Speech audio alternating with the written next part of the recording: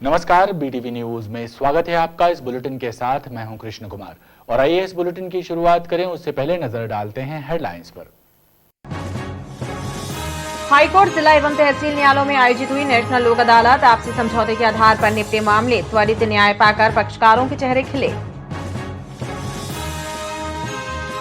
नाले में घुसी कार, दिलवारा थाना क्षेत्र के बरगी हिल्स की घटना। बाल बचे कार सवार। केंद्रीय जेल जबलपुर से पेरोल पर रिहा किए गए 20 कैदी फरार। पुलिस मुख्यालय के निर्देश पर क्राइम ब्रांच की टीम ने फरार कैदियों की गिरफ्तारी के लिए चलाया विशेष अभियान। और अबनी विहार के सूने मकान में हुई चोरी। नगदी सहित जेवरातों पर चोरों ने किया हाथ साफ।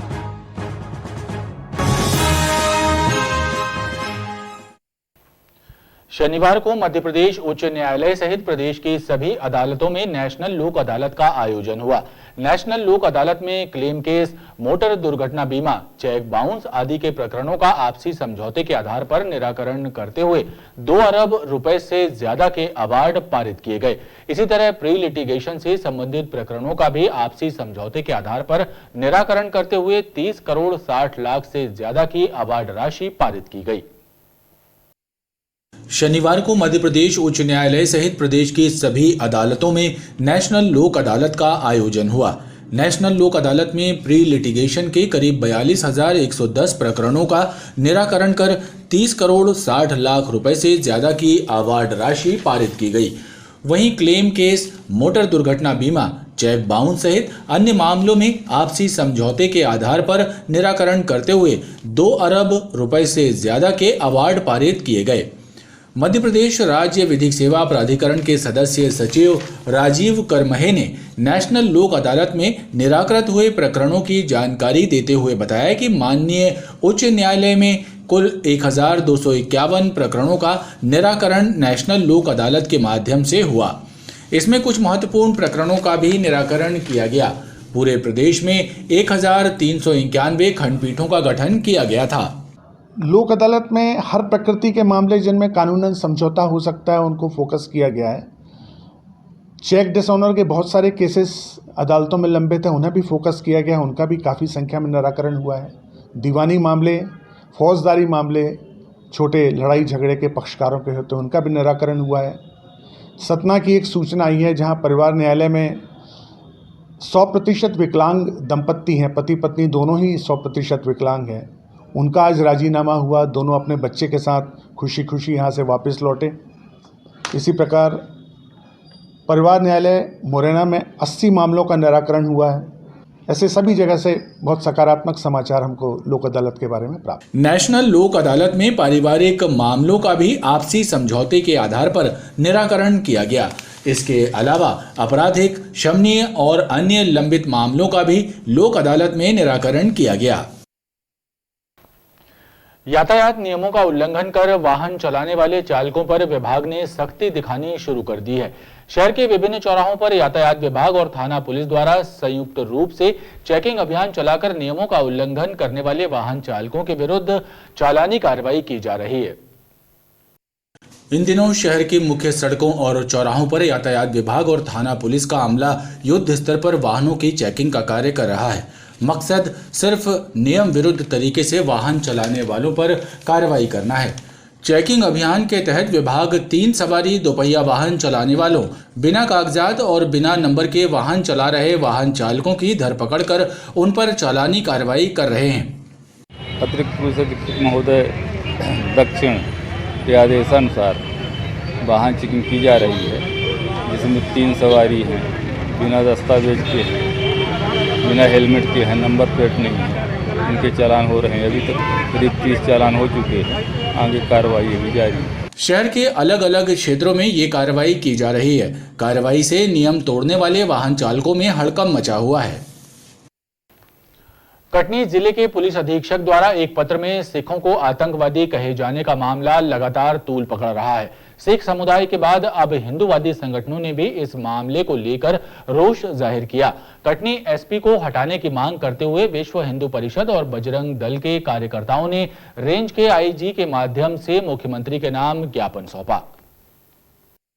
कटनी जिले के पुलिस अधीक्षक द्वारा जारी पत्र में सिखों को आतंकवादी कहे जाने का मामला लगातार तूल पकड़ रहा है। इस मामले को लेकर अब हिंदूवादी संगठनों ने भी कटनी एसपी पर कार्रवाई करने और उन्हें हटाने की मांग शासन से की है। इस मामले को लेकर विश्व हिंदू परिषद और बजरंग दल के प्रतिनिधि मंडल ने आईजी कार्यालय में मुख्यमंत्री के नाम ज्ञापन सौंपा और कड़ी प्रतिक्रिया व्यक्त की। आज हमने आईजी महोदय के माध्यम से माननीय मुख्यमंत्री जी के लिए बजरंग दल जबलपुर महानगर ने एक ज्ञापन प्रेषित किया है और मांग की है कि शीघ्र कटनी एसपी को शीघ्र से शीघ्र हटाया जाए और उनको तुरंत प्रभाव से निलंबित किया जाए। साथ ही हम ये बताना चाहते हैं कि क्या एसपी महोदय को यह जानकारी नहीं है कि 10 गुरुओं का बलिदान भूल गया क्या, या गुरु गोविंद सिंह के चारों बेटों का बलिदान भूल गया क्या वो? तो हम उसकी घोर निंदा करते हैं और साथ में शीघ्र उसका एसपी का शीघ्र निलंबन हो इसकी मांग करते हैं। गौरतलब है कि इस मामले को लेकर एक दिन पूर्व ही सिख समुदाय ने रोष प्रकट करते हुए कटनी एसपी पर कार्रवाई की मांग शासन से की थी। हेलीकॉप्टर दुर्घटना में शहीद हुए सीडीएस जनरल बिपिन रावत, उनकी पत्नी मधुलिका रावत सहित अन्य सैन्य अफसरों को श्रद्धांजलि देने का क्रम लगातार जारी है। शहीदों को याद करते हुए शहरवासी उनके बलिदान को नमन कर रहे हैं। नर्मदा रोड स्थित क्रिश्चियन कॉलोनी में कॉलोनी वासियों ने श्रद्धांजलि सभा का आयोजन किया। कॉलोनी वासियों ने सीडीएस जनरल बिपिन रावत और अन्य शहीदों के चित्र पर माल्यार्पण करते हुए उन्हें श्रद्धांजलि अर्पित की और कहा कि देश हमेशा उनके बलिदान को याद रखेगा। इस अवसर पर बड़ी संख्या में लोग उपस्थित रहे। ऐसे वीर सपूतों का समय चले जाना देश के लिए एक बहुत बड़ी क्षति है। इन्हीं से हम लोग बहुत कुछ सीखते हैं, देश के लिए हम बहुत कुछ कर सकते हैं और अनुकरणीय रहा है इनका पूरा जीवन। हम सब इनको सच्ची श्रद्धांजलि अर्पित करते हैं। इस वक्त हम ये सभी लोग, पूरा देश शोक में डूबा हुआ हैगा और सभी लोग उनको श्रद्धांजलि अर्पित कर रहे हैं। उसी उपलक्ष्य में हम लोगों ने भी आज यहाँ पर एकत्रित होकर उन्हें अपनी अश्रुपूरित श्रद्धांजलि अर्पित। जिले में कोरोना के नए संक्रमित मरीजों के मिलने की संख्या में उतार चढ़ाव देखने को मिल रहा है। शनिवार को जिला प्रशासन द्वारा जारी की गई 5,596 सैंपलों की परीक्षण रिपोर्ट में से कोरोना संक्रमित एक नया मरीज मिला है। बीते 24 घंटे के दौरान कोरोना से स्वस्थ हुए एक मरीज को डिस्चार्ज किया गया। जिले में कोरोना संक्रमित किसी भी मरीज की मृत्यु की पुष्टि प्रशासन द्वारा नहीं की गई है। जिला प्रशासन ने लोगों से कोरोना गाइडलाइन का पालन करने और मास्क का उपयोग करने की अपील भी की है। क्राइम ब्रांच और घमापुर थाने की टीम ने नशीले इंजेक्शन बेचने वाले नशे के 2 सौदागरों को गिरफ्तार किया है। इनके कब्जे से पुलिस ने 200 नशीले इंजेक्शन बरामद किए हैं। पुलिस के मुताबिक दोनों युवकों को शीतला माई मंदिर के पास कुम्हार मोहल्ले में पकड़ा गया। इनकी गाड़ी की डिक्की से नशीले इंजेक्शन बरामद हुए। इसके अलावा इनसे पुलिस ने 3 मोबाइल फोन भी बरामद किए हैं। क्राइम ब्रांच और घमापुर थाने की पुलिस ने संयुक्त रूप से कार्रवाई करते हुए नशे के 2 सौदागरों को दबोचा है। सुधीर शर्मा और अभिलाष राजपूत नामक इन नशे के सौदागरों से पुलिस ने अलग अलग कंपनियों के 200 नशीले और प्रतिबंधित इंजेक्शन जब्त किए। पुलिस के मुताबिक दोनों आरोपी गाड़ी की डिक्की में नशीले इंजेक्शन लेकर उसे बेचने के लिए खड़े थे। पुलिस ने इनकी गाड़ी की तलाशी ली तो गाड़ी की डिक्की में रखी पन्नी में अलग अलग मात्रा में 200 इंजेक्शन बरामद किए गए। पुलिस ने इनकी गाड़ी और इनके पास मिले 3 मोबाइल फोन भी जब्त किए हैं। तो शीतला माता मंदिर के पास कुम्हार मोहल्ला पड़ता है, वहाँ पर 2 व्यक्ति जो संदेही थे हमारी अपने इनके स्कूटी को, उनको जा करके अपन घेराबंदी करके उनसे उनकी तलाशी वगैरह लिया तो उनके पास से तो कुछ नहीं मिला, उनके मोबाइल वगैरह मिले। लेकिन जब गाड़ी की तलाशी लिया तो डिक्की के अंदर एक प्लास्टिक की पन्नी थी सफ़ेद कलर की। उस पन्नी के अंदर हमको 100 करके ये एक अपने इंजेक्शन है, ये जो कि एक ये ओगविल करके अपना इंजेक्शन है, एक वो हमको मिला है वहाँ पे 100 करके मिला है और एक ब्रोपाइन करके मिला है। तो 100 हमको वायल मिले हैं, कुल 200 मिले हैं और उनके पास से 3 मोबाइल जब्त हुए हैं और एक वो गाड़ी जब्त हुई है स्कूटी जिसमें ये लोग नशा का ये इंजेक्शन ले करके कर रहे थे। तो उनको मौके पर जब्त किया गया है और उनको गिरफ्तार करके थाने लाया गया है और उन पर कार्रवाई कर उनको जेआर पर भेजा जाएगा। दोनों आरोपियों के विरुद्ध थाने में अपराध पंजीबद्ध किया गया है। ये लोग इतनी मात्रा में नशीले इंजेक्शन कहां से लाए और इस संबंध में जानकारी जुटाई जा रही है। आधारताल पुलिस ने कुख्यात बदमाश और 10,000 के इनामी आरोपी कज्जू उर्फ कदीर खान को एनएसए के तहत गिरफ्तार किया है।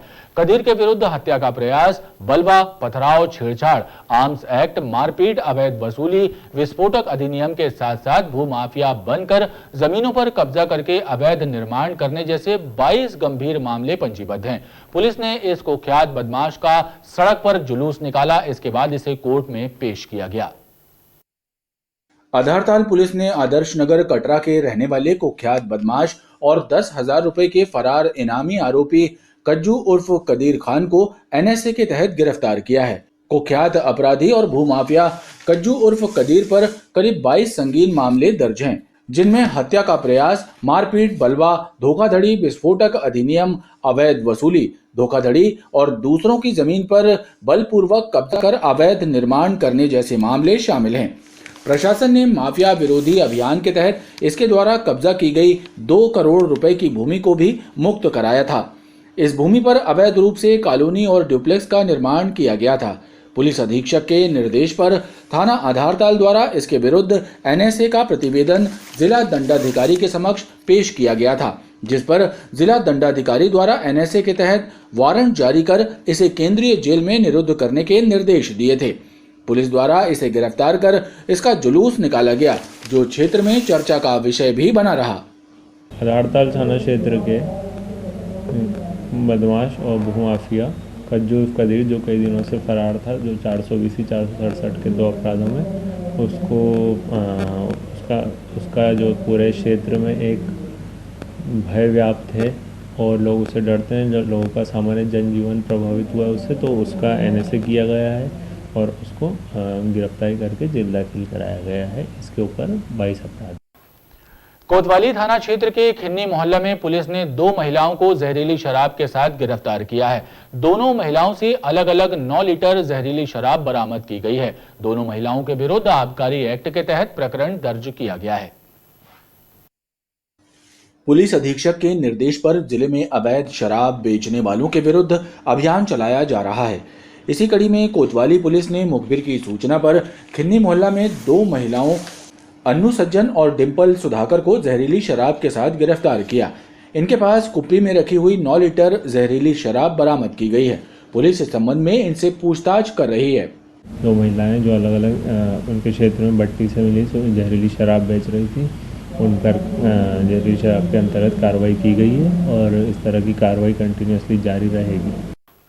और आइए अब बात करते हैं मौसम की। उत्तर भारत से आ रही सर्द हवाओं ने प्रदेश के अधिकांश जिलों में ठिठुरन बढ़ा दी है। उत्तरी हवाओं के चलते दिन में जहां ठंड महसूस की जा रही है, तो वहीं रात के तापमान में भी गिरावट दर्ज की जाने लगी है। शनिवार को जबलपुर का न्यूनतम तापमान सामान्य से 1 डिग्री सेल्सियस कम 10.8 डिग्री सेल्सियस और अधिकतम तापमान सामान्य से 2 डिग्री सेल्सियस कम 24.9 डिग्री सेल्सियस दर्ज किया गया।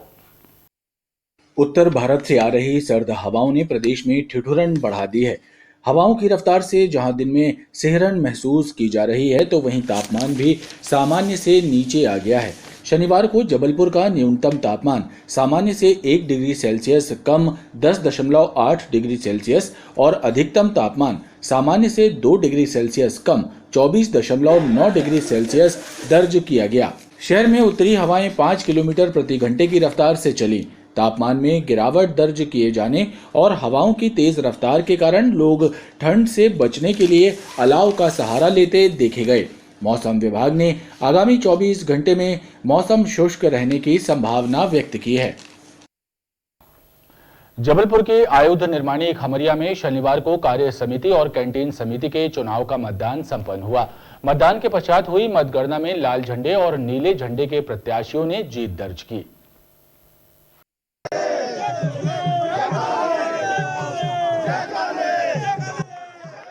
आयुध निर्माणी खमरिया में शनिवार को कार्य समिति और कैंटीन समिति के लिए मतदान हुआ। मतदान संपन्न होने के बाद ही मतगणना की गई, जिसमें लाल झंडे और नीले झंडे के प्रत्याशियों ने विजय हासिल की। मतगणना परिणाम घोषित होने के बाद विजयी प्रत्याशियों और उनके समर्थकों में खुशी की लहर देखने को मिली। जीत हासिल करने वाले प्रत्याशियों का उनके समर्थकों ने गर्मजोशी के साथ स्वागत किया। इस दौरान यूनियन नेताओं ने निर्माणी के कर्मचारियों को जीत का श्रेय देते हुए उनके विश्वास पर खरा उतरने और कर्मचारियों के हित में कार्य करने का भरोसा दिलाया।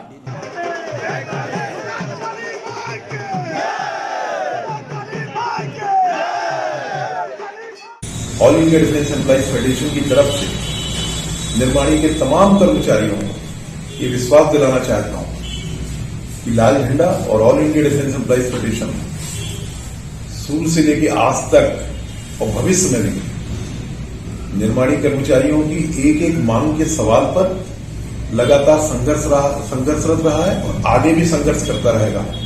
और इस जीत के लिए मैं आज निर्माणी खमरिया के तमाम कर्मचारियों को, माताओं बहनों को अपने फेडरेशन की तरफ से, एआईडीएफ की तरफ से उनको बहुत बहुत मुबारकबाद देता हूं और विश्वास दिलाता हूं कि एआईडीएफ हमेशा आपकी सेवा में रहा है और भविष्य आने वाले समय पर भी आपकी सेवा करता रहेगा। एसटीसी यूनियन की तरफ से विश्वास दिलाते हैं कि आने वाले समय पर कर्मचारियों की, चाहे वो स्थानीय स्तर की मांग हो या राष्ट्रीय स्तर की मांग, हर डिमांड के लिए हम संघर्ष रहेंगे और all India defence employees federation के अनुसार आने वाले समय में निजीकरण और निगमीकरण के खिलाफ जो भी आंदोलन होगा उस आंदोलन को और तेज किया जाएगा ताकि निर्माणी की दिशा और दशा को और बेहतरीन करने का प्रयास किया जा सके। खबरों का क्रम लगातार जारी है, आप देखते रहिए BTV न्यूज।